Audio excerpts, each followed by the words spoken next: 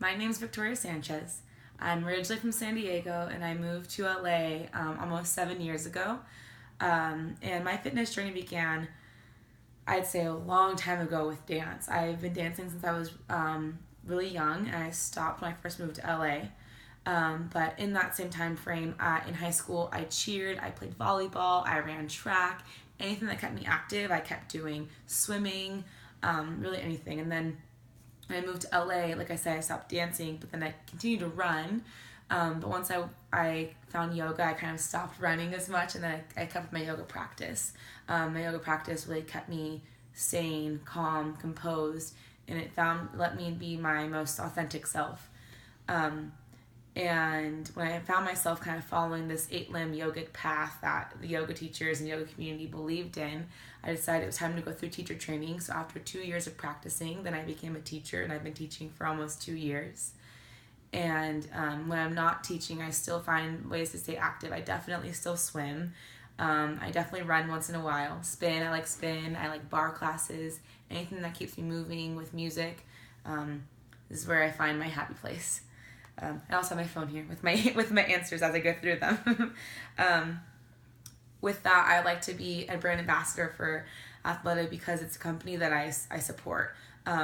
Simply because when you are as active as I am, or anybody who's active in general, you don't want to adjust all of your clothes all the time. You want them to stay put. You can't be in a warrior two and get into your moving meditation while you're fixing your pants. But more than just moving your clothing around and making sure they stick, the company supports women.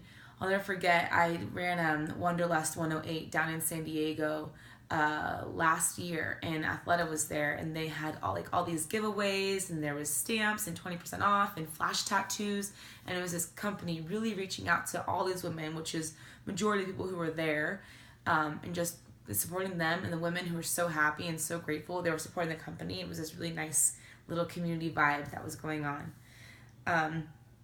And with that being said, I personally interact with the community by, I've taught a few classes at Athleta in Sherman Oaks.